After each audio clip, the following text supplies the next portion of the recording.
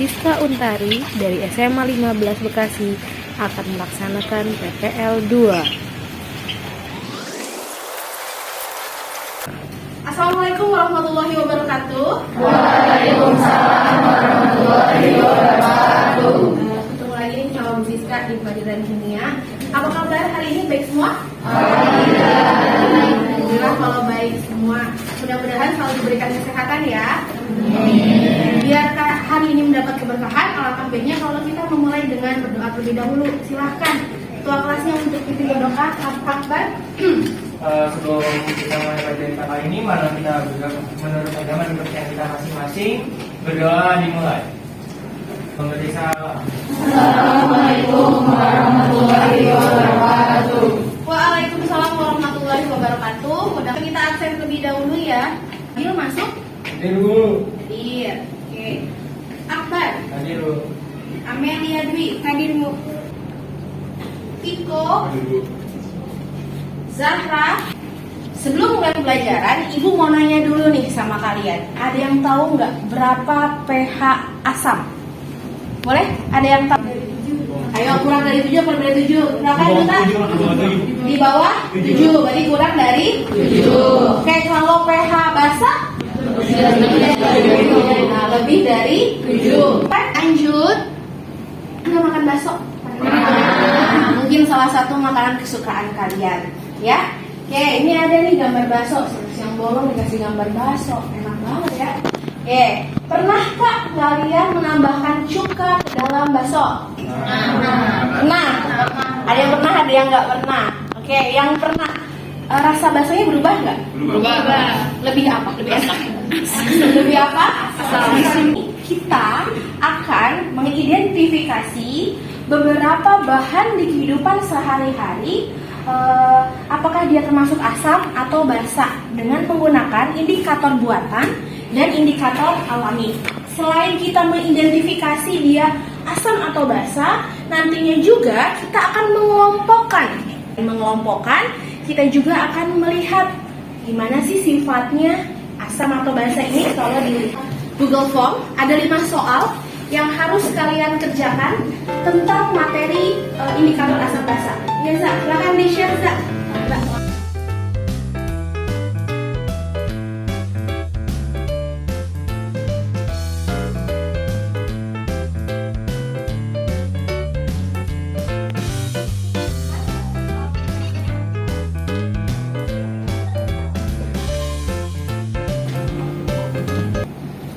Sudah? Norita sudah? Yang lainnya boleh langsung submit untuk soal pretestnya. Sudah? Oke, baik. Kalau sudah, kita lanjutkan. Nah, di sini amati gambar yang ada di depan kalian. Oke. Ada gambar apa saja ini? Jeruk. Terus? Cuka. Sabut.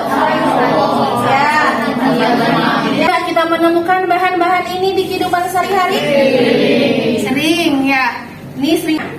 Kalau melihat ya gambar ini, kalau kita kaitkan dengan tujuan pembelajaran yang sudah saya sebutkan tadi, coba ada yang menyampaikan kira-kira apa yang terlintas di benak kalian? Jeruk asam. Iya, bagaimana rasanya ya udah tahu. Terus? Iya.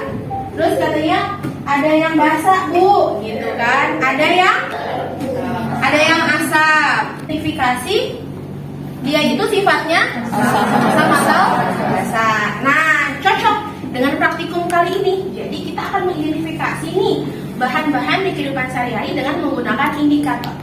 Ada 3 indikator yang Ibu gunakan, namanya indikator universal, lakmus, dan indikator alami. Nah, sekarang untuk memulai praktikum, silahkan kalian berkumpul dengan kelompok masing-masing. Saya sudah kelompok lain,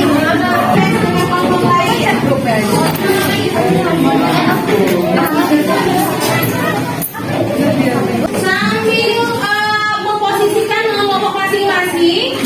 Kayak Ibu bagikan LKPD ya. Ini ada, silahkan dibaca dengan kelompok masing-masing. Kemudian Ibu kan pertemuan lalu udah meminta setiap kelompok untuk membawa bahan-bahannya ya.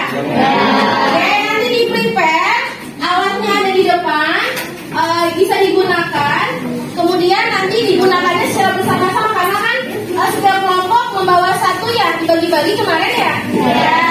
Berarti nanti kalau sudah dipersiapkan boleh dikumpulkan di depan bahan-bahannya. Nanti setiap kelompok boleh ngambil sedikit-sedikit ya sesuai yang dibutuhkan untuk melakukan pengujian sampel sesuai arahan di LKPD-nya. Sekarang LKPD-nya Ibu bagikan ya.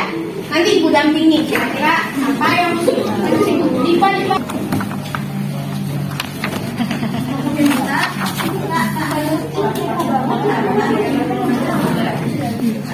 Oke, silakan dibaca. Ini masih sisa. Oke, silakan dibaca. Ya, untuk kenapa biasa suruh ngapain? Sambil di-prepare bahan yang kalian bawa sendiri. Boleh dimasuk labelin kan? Itu suruh bawa label kan? Ya, di labelin, ambil gelas ini. Berarti butuh pipet dong? Buku ada, pipet ada di depan, pipet. Gelas tetes ada di depan, boleh diambil. Nanti satu aja pelan. Nanti kalau nggak bisa diambil aja ya. Oke, itu ekstraknya udah ada kan? Nanti kalian bikin sendiri ya, ekstraknya ya. Depan. Belum kan?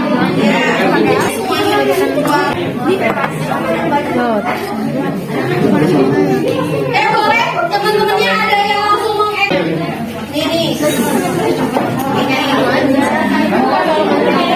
Nanti enggak lain. Apalagi yang belum? Soda kue. Berarti kita sama Yang kuning kalian aja semua. kunyit.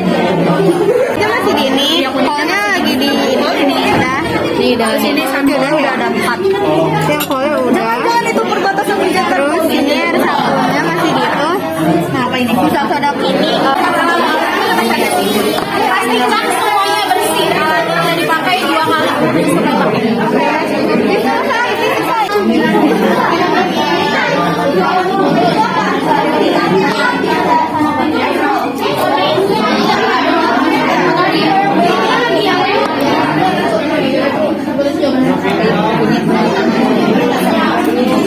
Ini pakai ini. Jenny yang gak gede sih. Habis. Ada. 1, 2, silakan ditaruh tengah-tengah so. 2 fix 2. Udah 2. Ya. Air limun.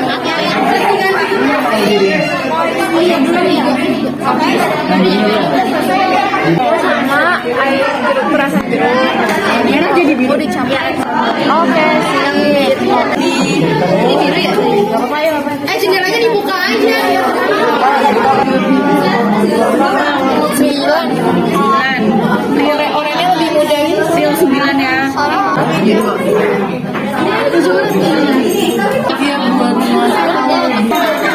Coba diulangi. Dari kegiatan ini kita bisa mengidentifikasikan sifat asam dan basa pada benda-benda yang kita temukan di kehidupan sehari-hari, terus menggunakan kertas lakmus sama dan bahan alaminya pakai ekstrak ungu sama kunyit. Adalah apakah perbedaan yang mencolok dari larutan asam dan larutan basa? Jawaban yang kami buat hipotesisnya adalah yang pertama untuk pertanyaan berapa pH larutan benda-benda tersebut, kami menjawab perkiraan pH dari larutan asam adalah kurang dari 7, sedangkan perkiraan pH dari larutan basa adalah lebih dari 7. Yang kedua ada jeruk. Perubahan warna yang dilakukan pada lampu merah adalah menjadi tetap merah, dan pada lampu biru dia menjadi merah. pH di indikator universalnya adalah 3, maka air jeruk tersebut termasuk larutan asam. Yang ketiga ada air sabun. Air sabun perubahan warna lampus merahnya menjadi biru, dan pada lampus biru perubahannya tetap menjadi biru. pH di indikator universalnya adalah 9, maka air sabun tersebut menjadi basa. Dan netralnya itu minuman berkarbonasi, yaitu tadi Coca-Cola, lakmus merah tetap merah dan lakmus biru menjadi merah. Itu pH indikator universalnya ada 3. Oke, selanjutnya yaitu adalah ekstrak bahan alami. Yang kita gunakan yaitu adalah kunyit berubah menjadi warna kuning muda, sedangkan menggunakan kol ungu berubah menjadi warna merah muda. Begitu juga dengan air sabun, menggunakan kunyit menjadi kuning tua, sedangkan dengan kol ungu berubah menjadi biru kehijauan.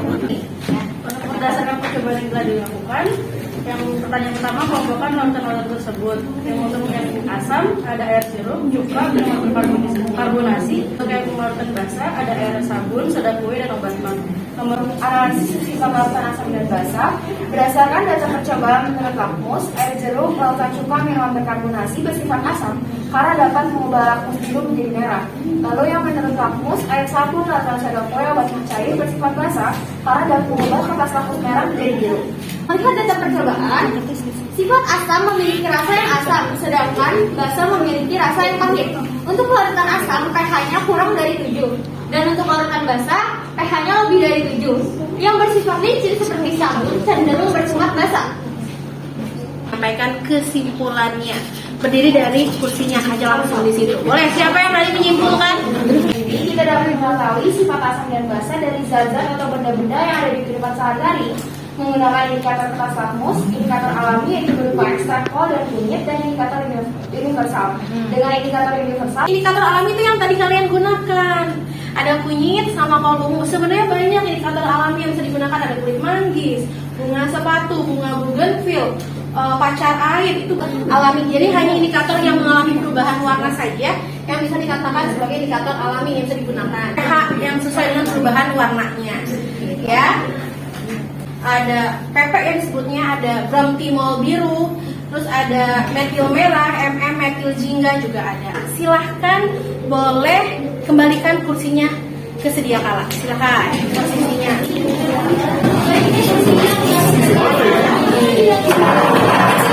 Apa dia? Gak apa-apa, lanjut. Kita akan melaksanakan post test, ya. Ada soalnya sama 5 Google Form. Silahkan dikerjakan, ya, untuk soal post test. Silahkan dikerjakan untuk soal post test.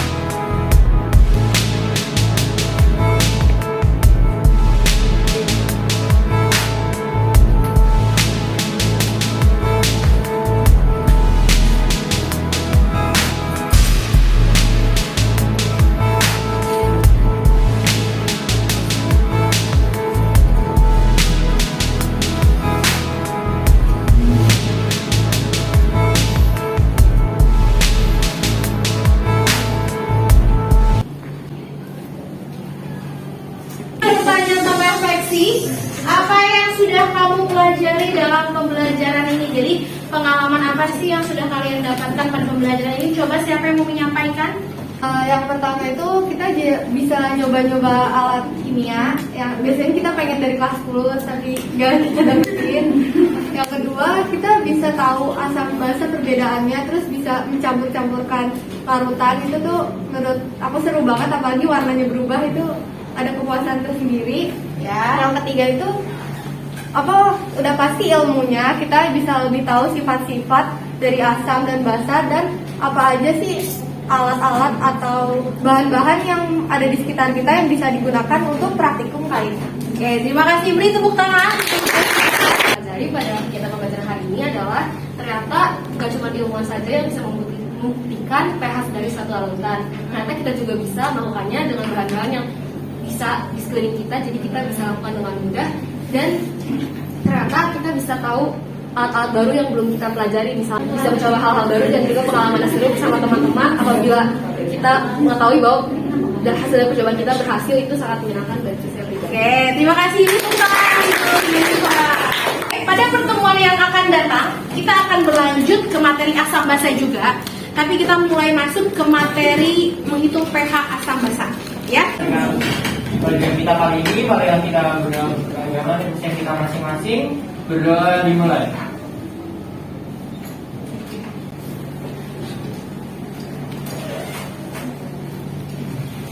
Doa disebutkan memberi salam. Assalamualaikum warahmatullahi wabarakatuh. Waalaikumsalam warahmatullahi wabarakatuh. Silakan boleh pulang.